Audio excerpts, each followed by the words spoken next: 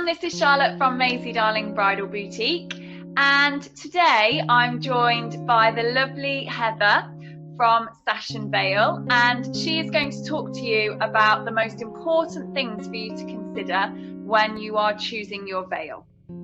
It's lovely to have you, Heather. Thank you for joining us. Thank you for having me at this very strange time.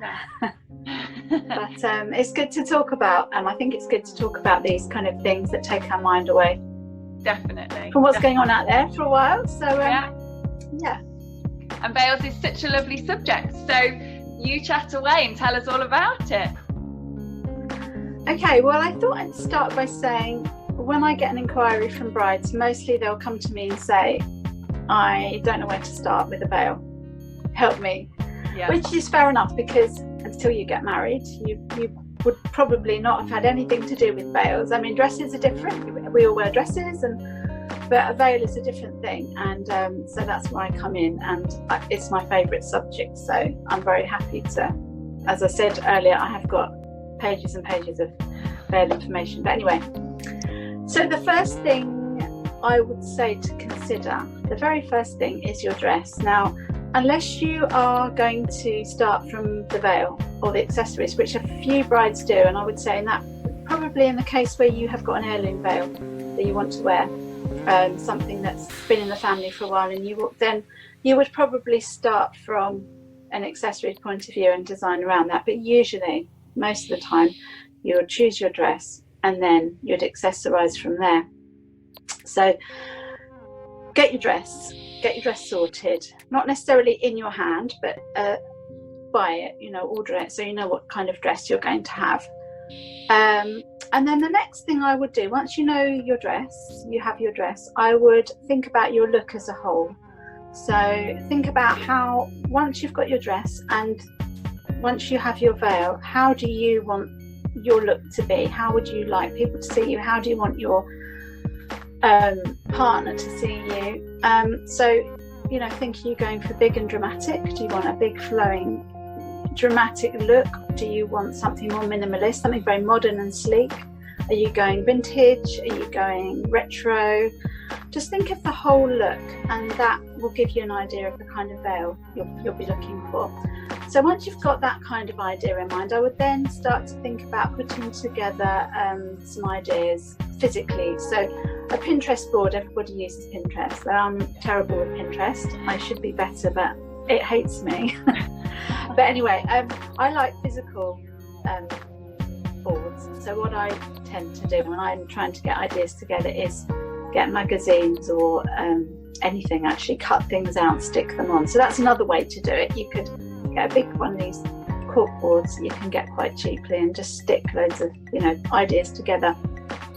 Or a Pinterest board is great as well, or different boards. And then get some ideas on there. I would add your ideas of your florals, your shoes, any colour themes you're having, any themes you're having. You might have a retro theme or a deco theme or something. If you're having any themes, then put that all on the board. And your hairstyle is really important when you're choosing your veil, so put some hairstyle ideas on there. Colours, obviously, if I haven't said that already. Jewellery, put everything together, so then you have in front of you an idea of, again, the look you want, but you've got all of the elements together.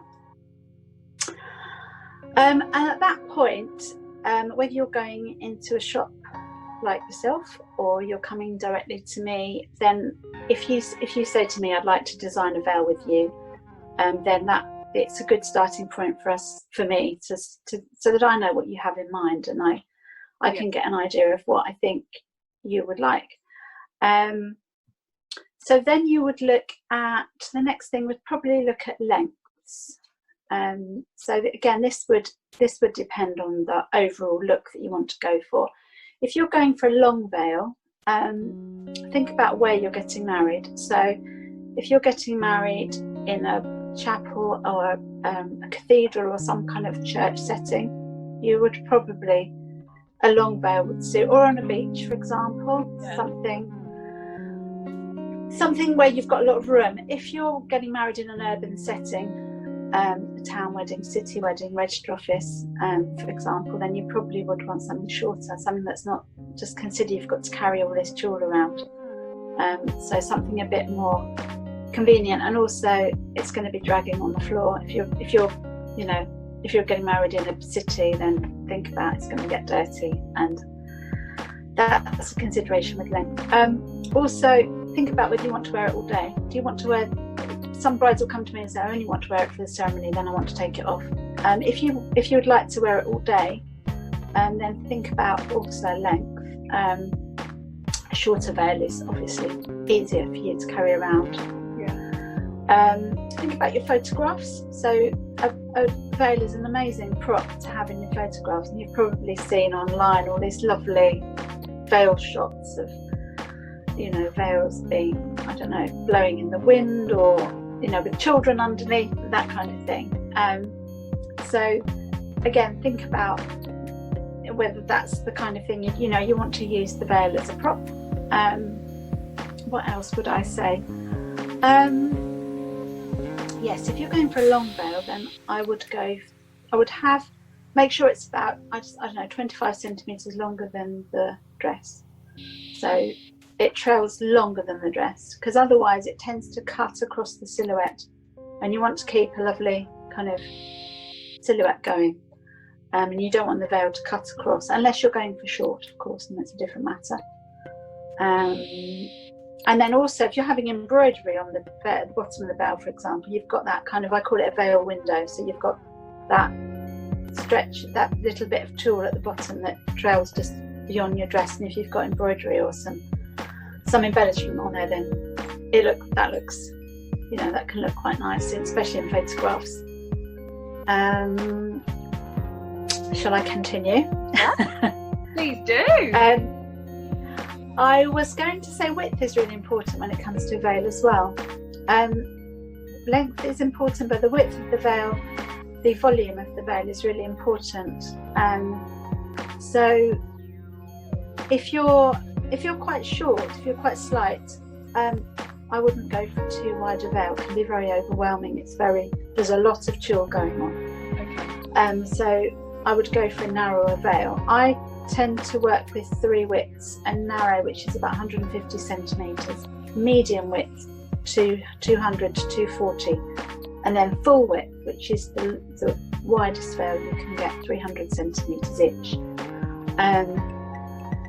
And yeah, consider the width of the veil when you're ordering. A very wide veil gives you lots and lots of tulle. If you're going for a very dramatic sweeping look, then a wide veil is probably the best bet, especially if you've got a long train and a wide train as well. So the veil will cover the train at the bottom, and that gives you a lovely kind of, dramatic fairy tale look. If you're going for more of a boho look, then I think the narrower veils are quite popular.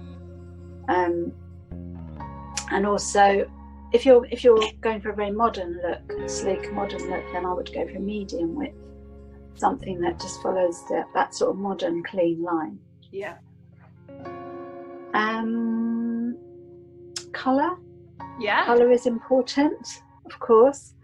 I don't think personally that your veil needs to, if you have a coloured dress, I don't think the veil has to match. Yeah. Obviously you can have it to match, as long as it matches tonally, as long as it has the same coloured tone to it. You can have a slight contrast, but as long as it works with the dress, I don't think it needs to be exactly the same shade. And also consider that the dress and the veil will be different fabrics, so you're never going to get an exact colour unless they are made, unless your designer makes them from the same fabric. In terms of colour, again, I would say if you've got different colours to your dress, sometimes it's a mocha undertone or a sort of more of a champagne undertone with a lace overlay. Yeah. Always go for the lighter colour, because it will lighten the whole look. Some brides come to me and say they've got a mocha dress, or there's lots of different colours, names the designers use, but a darker dress, and then when I see the pictures, it's got it's quite often got a lace overlay or some kind of top to it that's lighter. Yeah. Early on, when I first started doing this, I had a bride light and we tried to match to the darker colour, and it just looked dirty, and I found that it seems to be the case usually. So it's always best to match the veil to the lighter colour. Yeah, that's usually good advice. Yeah. I think you'd naturally think to go with the darker colour, wouldn't you, to pick that out? But that's definitely. But I do find that I mean, by all means try it and see if you like the look. I have found that it just does it brings the colour down. Yeah. To match to the lighter, ties the veil in. It's light. It's, you know, tying into a colour in your look. But it keeps the look light and kind of airy looking, and I don't know, it just works better, I think. Yeah, brilliant. Yes, were you going to ask me a question? No, sorry. I was just really considering that, because I think that that's a really good piece of advice. Yeah. Also, excuse me. Consider the tulle. I tend to use two mainly. A very lightweight silky tulle, which is a synthetic tulle, and it's very much like silk, but it's not silk. It has a draping look to it, and it falls around you when you move. It doesn't stand on its own. And the other one I use I call SV Illusion, which has a certain crispness to it. It slightly stands out from the body. It tends to be slightly more transparent. So these two I use mainly. I do use silk sometimes. I'm careful where I source my silk. Yeah. And I would say that I'm not keen on using it, but I will. But it's very expensive and it tends to crease easily. I'm not saying it isn't beautiful, it is. It's very luxurious.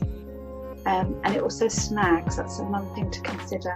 Okay. If you've got any beading on your dress or some of those claw beads, silk will snag quite easily. And if there's a breeze or something, you don't really want your veil caught up in your dress. Yeah. So that's something to consider. Embellishments? Yes. They seem have quite what popular. You like. Sorry? Are they becoming quite popular? Yeah, I think more so. Sequins are becoming really popular. When I first started, not many people had sequins, but I'm finding that's become really popular now. Okay. And they can look beautiful. I found a stockist, a supplier who has every sequin imaginable. Wow. The colours are just beautiful, but unfortunately they're obviously, like everything else, they're closed at the moment, so I can't get hold of any, but I wish I had before we closed down, because I would have gone a bit mad designing with those. But I can usually get really beautiful sequins. Crystals, I use crystals quite often still. If you're choosing crystals, make sure you choose your veil with veiling crystals, because they are transparent. Some cheaper veils tend to not use veiling crystals, which have a backing, almost like a grey backing. Don't know if you ever, and they look beautiful when you first look at them, but in photographs they can look dotty because the grey backing will show through. So just be really careful when you're picking. If you're going for crystal, just make sure that they're veiling crystals. Pearls are really popular now. Yeah. I use half pearls and floating pearls. So the floating pearls are, you can see on both sides of the fabric. The fabric's kind of sandwiched in between. Lace, of course. Lace is always popular. I find 3D lace is becoming more popular now as well. So you've got a bit more texture.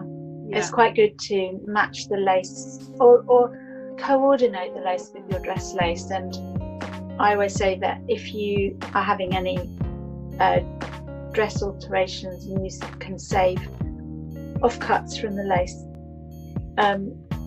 or from from any part of the dress actually, and we can always incorporate them onto the comb. Or if there's enough, sometimes you can cut out motifs from the lace and applique them on the veil if there's enough. So that looks quite good. Yeah. Yeah, I think, yes. I noticed on your Instagram page that people are having their initials put onto veils now. How yes, embroidery. Pardon? How do you do that? What do you use to do that? I embroider it by hand. Okay. It's just I prefer hand. It's just part of my background, what I've always done. I love to, you know, I don't really like using machine so much. I like doing it by hand. So I tend to do it by hand with an embroidery hoop, and people will come to me with an idea, a song lyric, or sometimes they'll just have initials and a date or something meaningful, that, you know, some meaningful words that might not mean anything to anybody else. Yeah, which is quite nice, actually. I had recently a bride wanted her goose, like the outline of a goose embroidered on the veil. I don't know why, I didn't ask, but that was meaningful to her and her partner. So I can, pretty much put anything on there, but embroidery has really become really popular. So that's a nice thing to do, because it gives it meaning, and it personalises it. So and all of my designs can be personalised like that pretty much, I think, with an embroidered message or initials or whatever you like, actually. I was just going to say about the design of the veil. There are obviously lots of different designs, from a full width veil to a narrow, very narrow kind of veil that just falls to the back. A waterfall veil is quite an interesting design, and it gives, if you've got a very narrow dress, or if your dress hasn't got any shoulder coverage or arm coverage, sometimes brides like to be able to pull something forward, just because when you're first going into the ceremony, you might feel like you just want something to make you feel a bit covered. Some people like, especially if it's a church wedding. So waterfall veil, because it falls over the shoulders and is slightly shorter at the front and then cascades longer at the back, that's a nice idea. That's a nice kind of design to choose, and it gives you something to pull forward if you feel like it, and then when you're feeling a bit braver or a bit later, you can push the waterfall to the back, and then you get two different looks with the veil without having to wear a cover up or anything. So, and capes as well, of course. Capes are really popular. So that's another idea. If you want the drama of a veil, you want to be able to sweep into your ceremony with something trailing behind you, billowing behind you, then you don't want anything on your head necessarily, then a cape is a really good idea as well, because it just attaches here, just on your shoulders, or slightly further down if you like, with two little tiny pins, and it just kind of flows behind you. So, and it's does the same go for the capes, that you can embroider them, you can embellish them, you can have them in different colours? Yeah, exactly. So you can have pretty much treat the cape as you would a veil. Everything's possible with a cape, so you can have the same embroideries and pearls and crystals and petals, all of them if you like. If you want to go extra, you can go extra, that's fine with me. So a cape can be embellished the same as a veil, and also the same goes with the width. So I would say usually go for a medium width cape, but if you want something with a bit more volume and your dress is quite wide at the bottom, you've got a wide train, then I would go for a full width cape. And also with a cape, it can be cut into a waterfall at the side, so you can get that cascading look. So it's not kind of going straight down. Yes, that sounds nice. So that's another idea.